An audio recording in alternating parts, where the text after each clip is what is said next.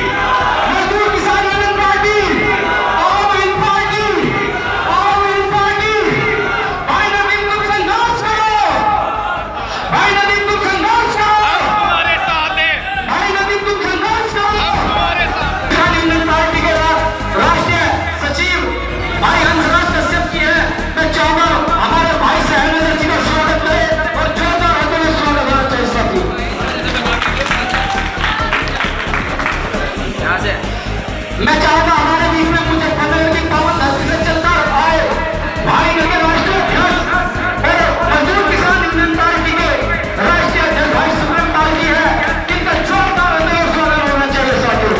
मुझे पंद्रह की और इस मीरापुर की विधानसभा के दूर दराज से आए सभी तमाम मेरे भाइयों बड़े बुजुर्गों नौजवान साथियों, आज हमारे बीच में ऐसी हस्ती आई है जिन्होंने अपने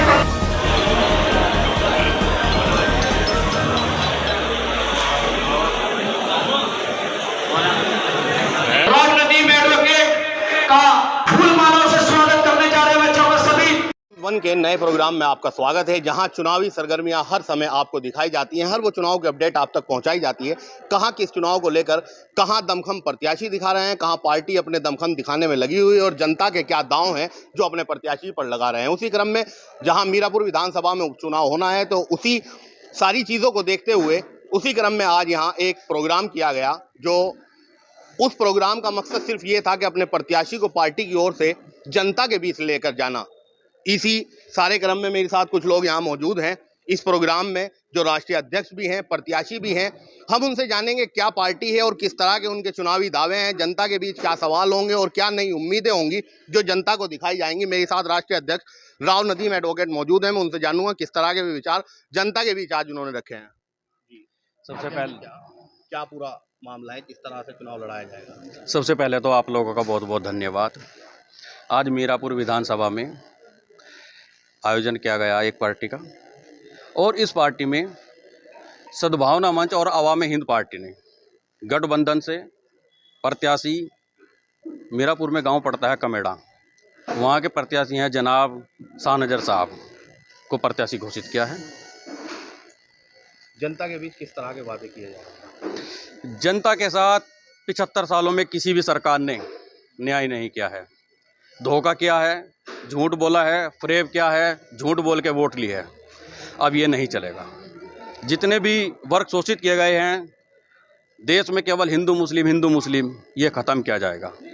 और इसे ख़त्म करने के लिए ही आवाम हिंद पार्टी व किसान मजदूर यूनियन पार्टी ने सद्भावना मंच बनाया है, जो कि देश में हर जाति हर धर्म को सम्मान और पूर्ण रूप से हिस्सा दिया जाएगा।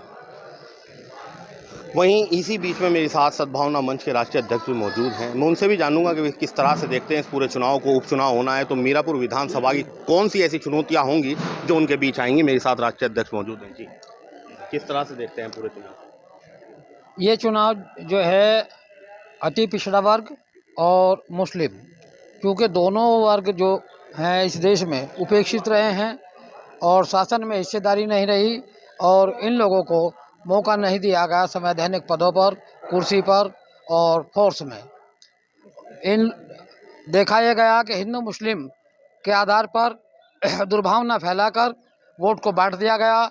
एक खेमा जो एक पक्ष का वोट ले रहा, दूसरा खेमा दूसरा पक्ष का वोट ले रहा है। लेकिन जिन लोगों को बांट करके, जिन लोगों का दिमाग बांट कर, सोच बांट करके, समाज को बांट करके जिन पार्टियों ने सत्ता हासिल की और जिसका वोट मिला उसे ही उपेक्षित छोड़ दिया। आज तक जो अति पिछड़ा वर्ग देश की आज़ादी के तुरंत बाद से काका कालेलकर से लेकर आज तक जो तमाम आयोग बनते रहे, लेकिन अति पिछड़े वर्ग को सब ने नकार दिया, वोट लेने के नाम पर हिंदू मुस्लिम कर दिया। इसी बीच में आवामी हिंद पार्टी के कुछ और कार्यकर्ता भी जो इसी क्षेत्र के माने जाते हैं और इसी क्षेत्र की जनता को आसानी से जानते हैं कि उनका मन टटोलने में उन्हें आसानी रहेगी। मेरे साथ मोहम्मद अली जी मौजूद हैं जो राष्ट्रीय आवामी हिंद पार्टी के राष्ट्रीय महासचिव भी हैं। मैं उनसे भी जानूंगा क्या बड़ी चुनौती है उनके सामने इस चुनाव में।